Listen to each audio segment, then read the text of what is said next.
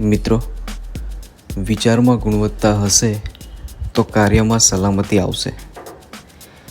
ઘણી વખત આપણે સલામતી માટે હેલ્મેટ, ગ્લવ્સ, સેફ્ટી શૂઝ અને નિયમોની વાત કરીએ છીએ, પરંતુ સલામતીની શરૂઆત સાધનોથી નહીં, વિચારોથી થાય છે.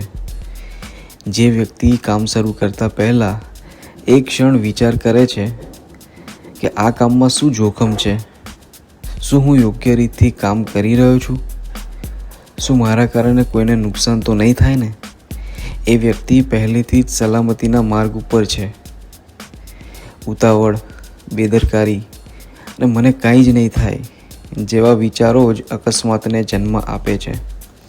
જ્યારે જાગૃતતા, જવાબદારી, દૂરંદેશી જેવા ગુણવત્તાયુક્ત વિચારો સુરક્ષિત કાર્યને જન્મ આપે છે.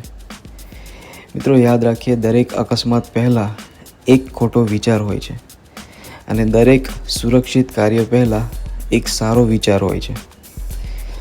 તો આજે જ સંકલ્પ કરીએ કે માત્ર હાથથી નહીં પણ સારા વિચારો સાથે કામ કરીશું, કારણ કે વિચારમાં ગુણવત્તા હશે તો કાર્યમાં સલામતી આવશે, અને કાર્યમાં સલામતી હશે તો જીવનમાં સમૃદ્ધિ આવશે.